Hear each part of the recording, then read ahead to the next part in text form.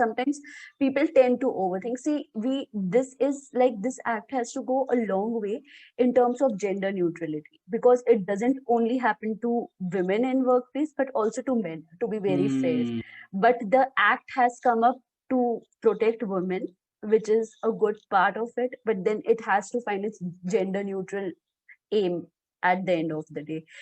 Hey, budding lawyers, welcome to the podcast. Today, we are going to have a chat with advocate Samiksha Pandey.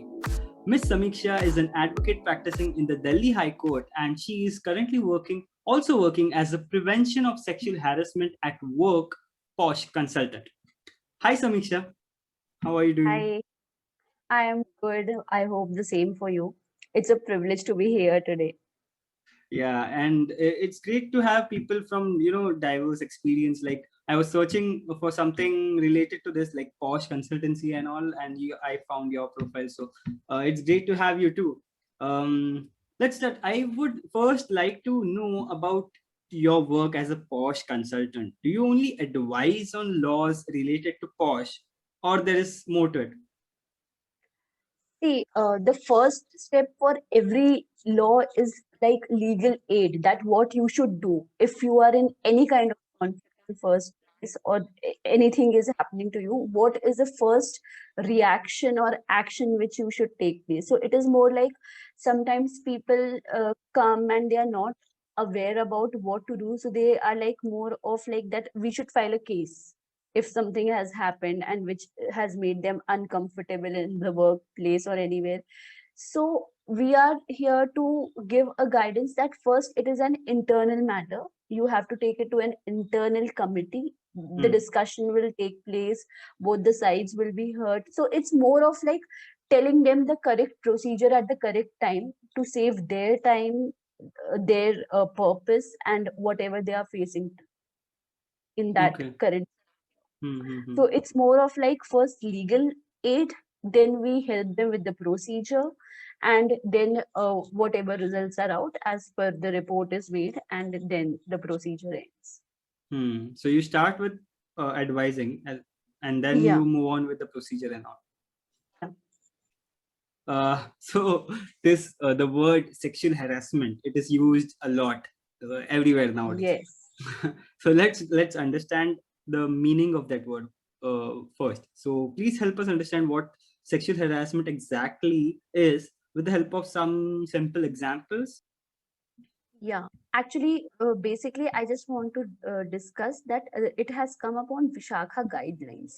This is a landmark case on which it Yeah. is completely based. The entire Hmm. law is Every based. law student must know this, obviously. Yeah, this is a must. Like Vishakha guidelines is something when we are discussing POSH, we cannot ignore the Vishakha guidelines.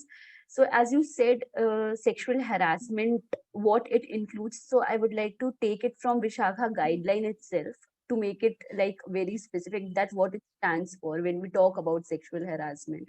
So, it includes as unwelcome sexually determined behavior like being too friendly or messaging at odd hours, maybe because Hmm. you have a vibe of a person talking to you. And Hmm. I think this instinct is inbuilt in both the genders, that what is right and what is wrong. So if something is making you uncomfortable, or it is at the wrong hour, maybe 9 to 5 is the office hour, Hmm. now someone is messaging you at 7:30 or 8:30 and being unfriendly in an unusual manner that person behaves in the office, or maybe he or she is. So those are the kind of acts which are taken into consideration uh, Okay. when we are defining this term, Hmm. that what is sexual harassment. Hmm. So it is an unwelcome physical, verbal, or non-verbal conduct of sexual nature. Okay. Maybe if you have known some person who is of colorable language, that there Hmm. are always two meanings of those terms which they are using, Hmm. and you are not taking it in a positive way, or you are not feeling comfortable because you know the vibe, you know the professional vibe, you know the friendly vibe, you know who care for you, who is your family. So obviously the vibe always speaks, and it belongs from the professional relation to personal interpersonal bond, that how one should behave with you when you are there on the table sitting with them. Yeah. sometimes people tend to overthink. See, this act has to go a long way in terms of gender neutrality, because it doesn't only happen to women in workplace but also to men, to be very fair. Hmm. But the act has come up to protect women, which is a good part of it, but then it has to find its gender neutral aim at the end of the day. So Hmm. whenever I'm discussing posh, I always tend to make a point that is it should be gender neutral, and like the people who are working at the base of it are working in terms of being gender neutral. So I will never negate at any step that it doesn't happen to men, but yes, this act is gender specific and this act save a particular gender. So Okay, but so it has a long way to go in terms of progression. currently we don't have this some similar law like this for men. Yeah, we don't have. I somehow this act has presumed that it only happens to women at workplace and not to Okay, men. okay. But we all know the society is always two-way path, Hmm. and Sure. it happens to men and women Hmm. equally. Hmm. So basically, the sexual harassment at a workplace is considered like violation of a woman's right to equality, life, and liberty. For example, the simplest way, if you see that if a woman is making a lot of money or she is at a higher position than her male counterparts, Hmm. so it is the first impression what comes that she must be knowing someone, Hmm. she Hmm. must be friendly with someone, and not that she is capable of being there in first place or she Hmm. deserves to be there, because sometimes the societal setup or the societal mindset works in a way that she must be knowing someone. So these are the events from where the violation of equality actually starts, because if you see today, a man and a woman are equally educated. So I think a woman also deserves the same place where she wants to be as much as a man does. So this is a basic example that when we see the promotion of a woman, what we think about her. From there only violation starts.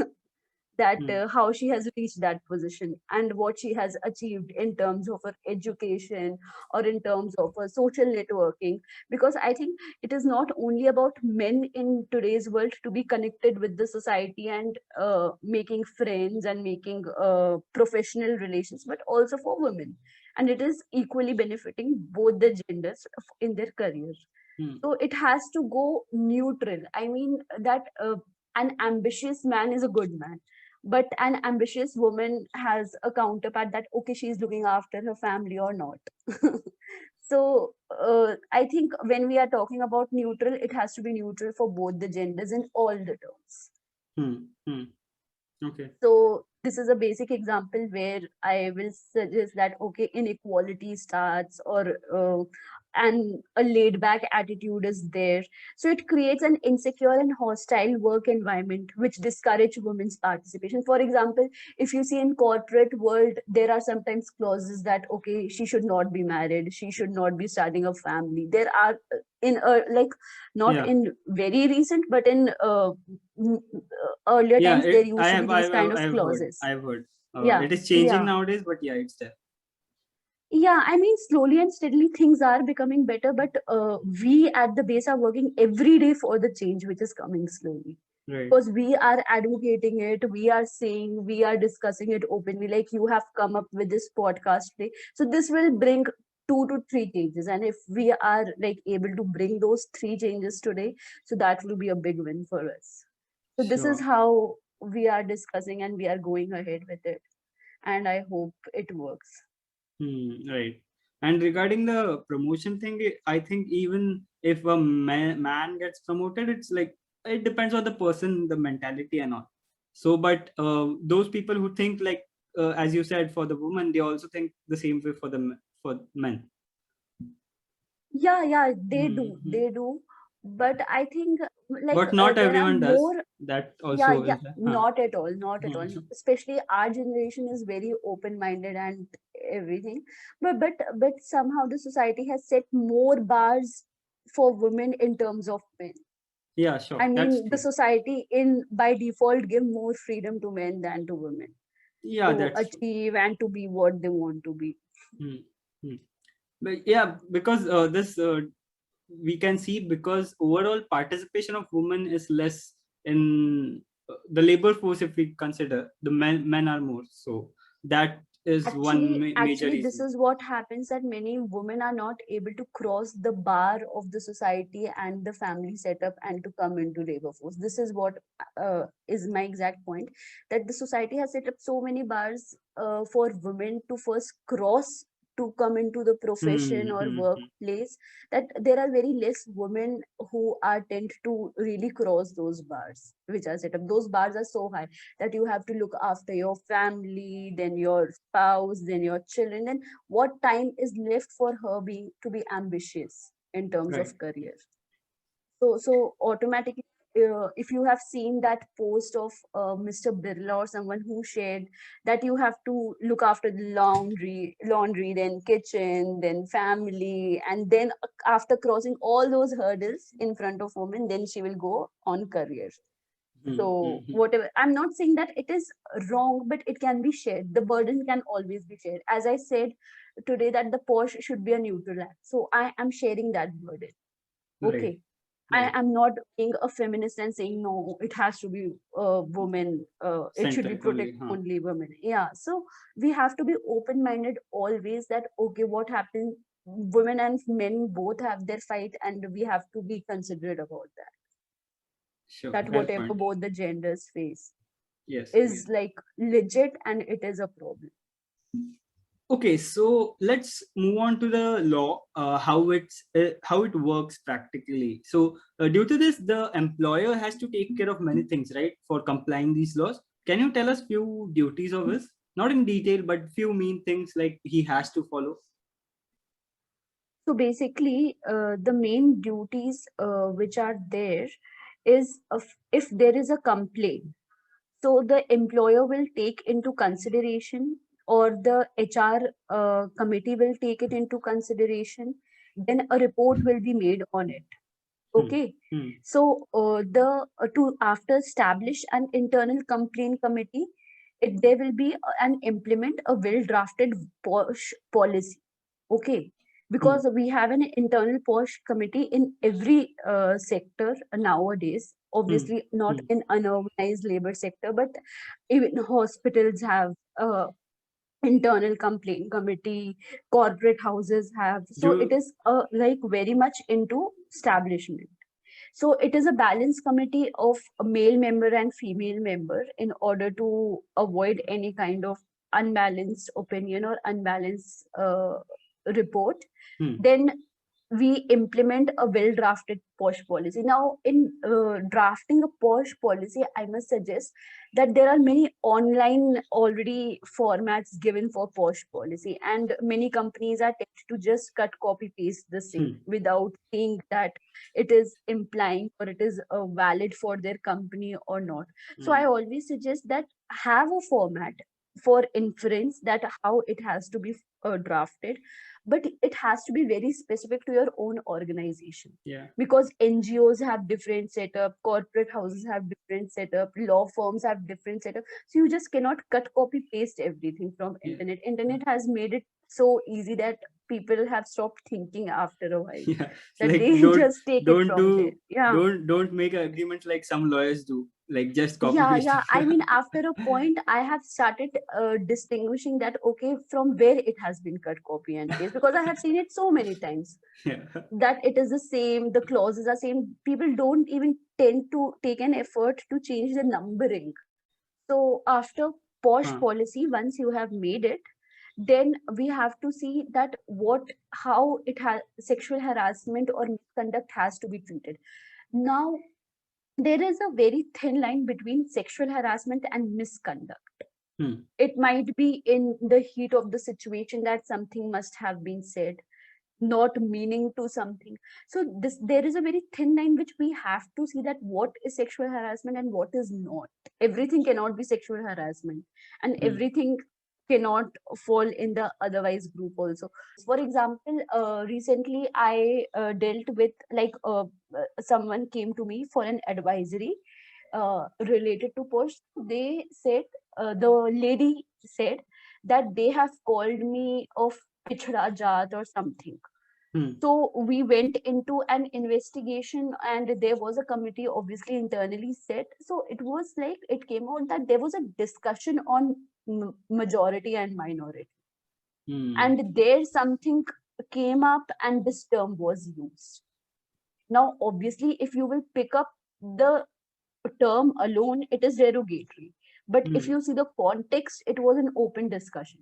People were open to put up ideas. There were 2-3 people discussing something about that. So you have to be very specific and you have to be very open-minded. Just that there is a claim that there is sexual harassment, you cannot go closing your eyes that, okay, it is there. You have to see, making law is very easy. Okay. Implementation is a bit harder. But the most important thing is interpreting law, that in what terms you are interpreting. Laws are never standard. You have to interpret it for each instance. Whatever case is coming to you, you will interpret the law accordingly. So you have to be very specific that, okay, what was good and what was bad. So after that, to display the consequences of sexual harassment. So the employer will be displaying the consequence that, अच्छा आपके साथ ये हुआ क्या, या आपने ऐसा feel किया या कुछ हुआ, तो एक डिटेल डिस्कशन होगा उनके साथ. फिर to sensitize employees regarding sexual harassment at work place. फिर एक कभी कभी सेटअप भी होते हैं जहाँ पे they tend to give a training for sexual harassment, that what is and what is not. That is post training only, which we do to prepare the annual report. So the employers are asked to prepare an annual report that how many such cases have been registered in your organization within an year, and then to assist the employee in reporting the incident of sexual harassment. So these are the few steps in which the employer works. So you said that the internal committee is there. This is formed by the employer, right? So when does your role as a lawyer come into place after a complaint is filed? Is your lawyer also part of the internal committee? See, when we talk about internal committee, it is internal committee of that particular organization. So the only organization people will. Yeah. So we might be guiding the process, that how it is working and how it should be done and how a report has to be made and submitted. But we don't play an active role till the complainant decide to go to the court and file a case.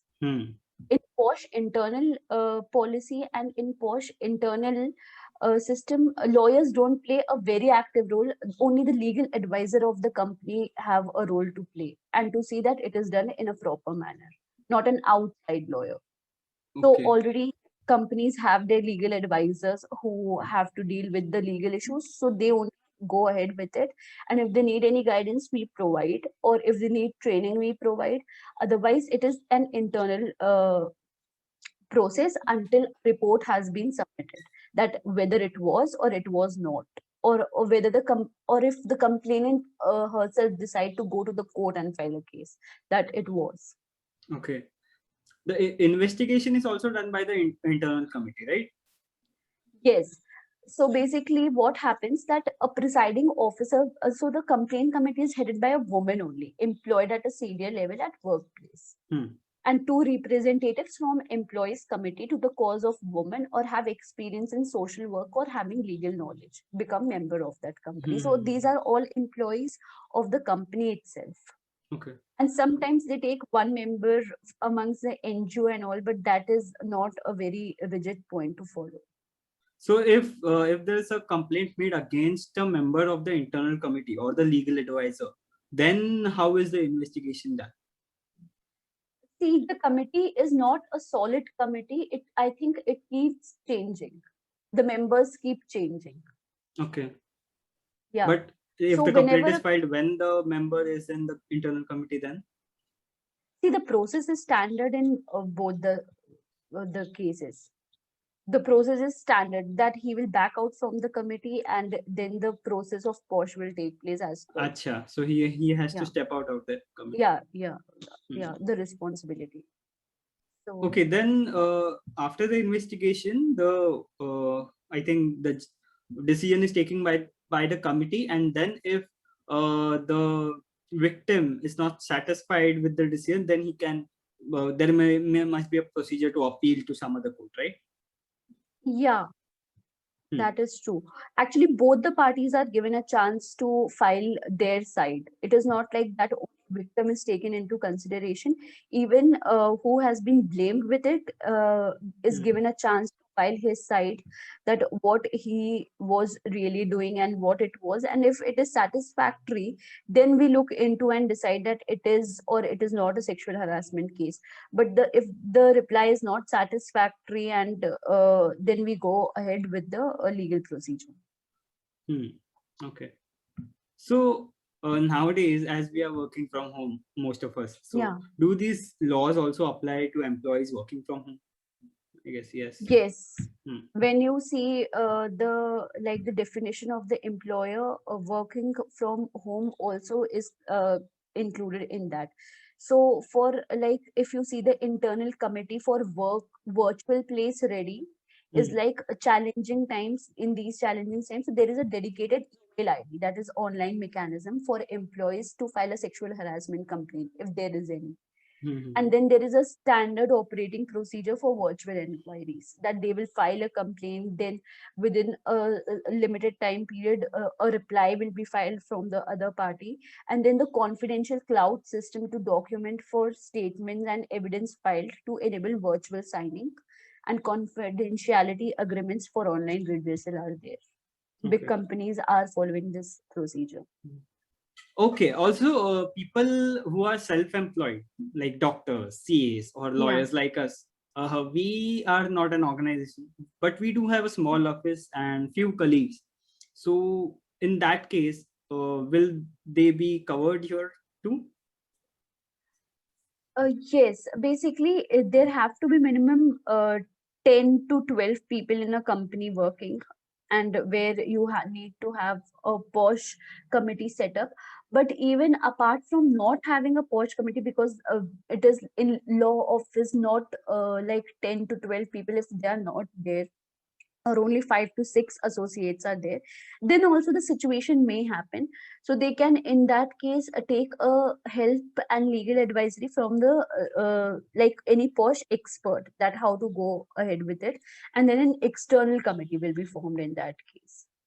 Acha. Okay. So, external committee may then the members will be from the See, society, then like the members, experts. yeah, like from legal field only, but Hmm. obviously since you don't have an internal committee, then the posh expert might help in forming a committee, a balance committee, and lead the process. Okay, so Samisha, you have been into litigation for more than 3 years, I guess, and then Yeah. you took this POSH training. Is there any specific reason behind it, or motivation or something? Basically, I think that when we talk about rights and laws in terms of gender, we always tend to talk about a specific gender. We Hmm. don't have neutral advocates advocating for human rights. Hmm. If there are men lawyers, then they will be advocating men rights. If there are women advocates, they will be advocating feminism. So we really need balanced advocates who try to balance out both the gender. We Okay. are not fighting with each other. We have to help each other out, face whatever circumstances we are being facing. Hmm. So I think gender neutrality has always been something which I have advocated. That okay, if it is happening to women, it is happening to men as well, and if it is happening to men, it can happen to women as well. So I think a balanced society is only the way to go. We cannot hate each other and live in the same society, right? Right, right. Yeah. Yeah. So I Okay. think gender neutrality is something which I advocate and I work as per that only. That is the aim. So that is something you kept in mind, and that's why you took the training. Yeah. Yeah. Interesting. So I have to study Posh in order to know that how it can work in gender neutral way, because once I started reading it, then only I came understood that it has to be for men also, and I advocate as that only, that we are giving the same procedures for men as well if there are any problems.